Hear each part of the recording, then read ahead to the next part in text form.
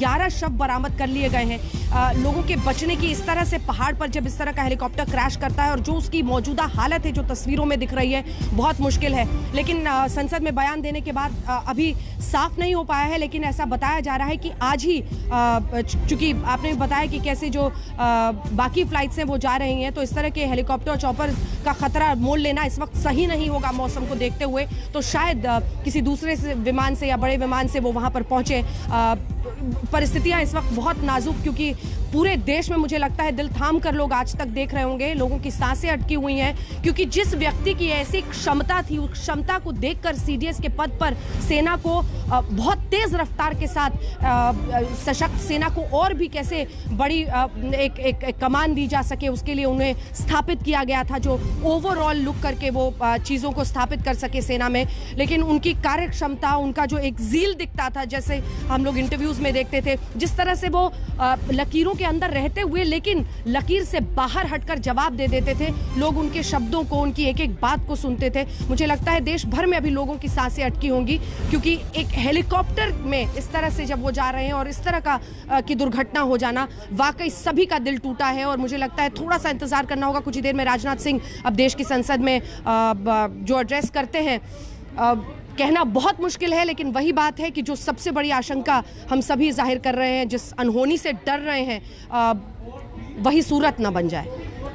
जी अंजना, और केवल CDS general Bipin Rawat नहीं, बल्कि जब भी सीडीएस होते हैं किसी विमान में, तो आप समझ लीजिए कि आपके सर्वश्रेष्ठ पायलट्स वायुसेना के उसे उड़ा रहे होते हैं। वायुसेना का सर्वश्रेष्ठ क्रू वहां पर रहता है। सीडीएस के साथ जो भी अफसर रहते हैं, चाहे उनका स्टाफ ऑफिसर हो, उसकी नियुक्ति जो होती है वो सर्वश्रेष्ठ ऑफिसर्स में से एक होते हैं। ब्रिगेडियर लीडर हो, जिनके बारे में सब जानते हैं कि किस तरीके के अफसर वो रहे, या फिर वो तमाम सिपाही हो, नायक हो, लांस नायक हो, हवलदार हो, वो सब अपने अपने क्षेत्र में सर्वश्रेष्ठ होते हैं। इस समय अगर 11 की मौत की बात हमारे सामने आ रही है, तो ये भारत के लिए एक बेहद दुर्भाग्यपूर्ण दिन, बेहद दुर्भाग्यपूर्ण वक्त है इस समय, जब इस तरह की एक चीज सामने आ रही है। 14 लोग ऑन बोर्ड, जिनमें से 11 की पुष्टि अभी तक की जा चुकी है। लेकिन रक्षा मंत्री राजनाथ सिंह के सदन में दिए बयान का इंतजार हमें करना चाहिए, जिसके बाद हम उन नामों को आपके सामने रख सकें जो उस हादसे के बाद अब नहीं है हमारे साथ। लेकिन ये उतना ही कठिन काम हर एक उस व्यक्ति के लिए जिसके पास सबसे पहले ये जानकारी पहुंची कि इसे किस रूप में आगे रखा जाए, गौरव। क्योंकि जब भी इस तरह की कोई दुर्घटना होती है तो इन चीजों का बहुत ध्यान रखना होता है। ये बहुत संवेदनशील वक्त इस समय, बहुत संवेदनशील न केवल सेना के लिए बल्कि उनके परिवारों के लिए, क्योंकि उनके परिवार भी टीवी देख रहे हैं, यही जानने का प्रयास कर रहे हैं हो क्या रहा है, अपनों को लगातार फोन कर रहे हैं। आपने कहा कि the best are with the best, इसमें दो राय नहीं। अगर हम ब्रिगेडियर लीडर की बात करें तो ब्रिगेडियर लीडर सेना मेडल से सम्मानित एक वीर सेनानी है।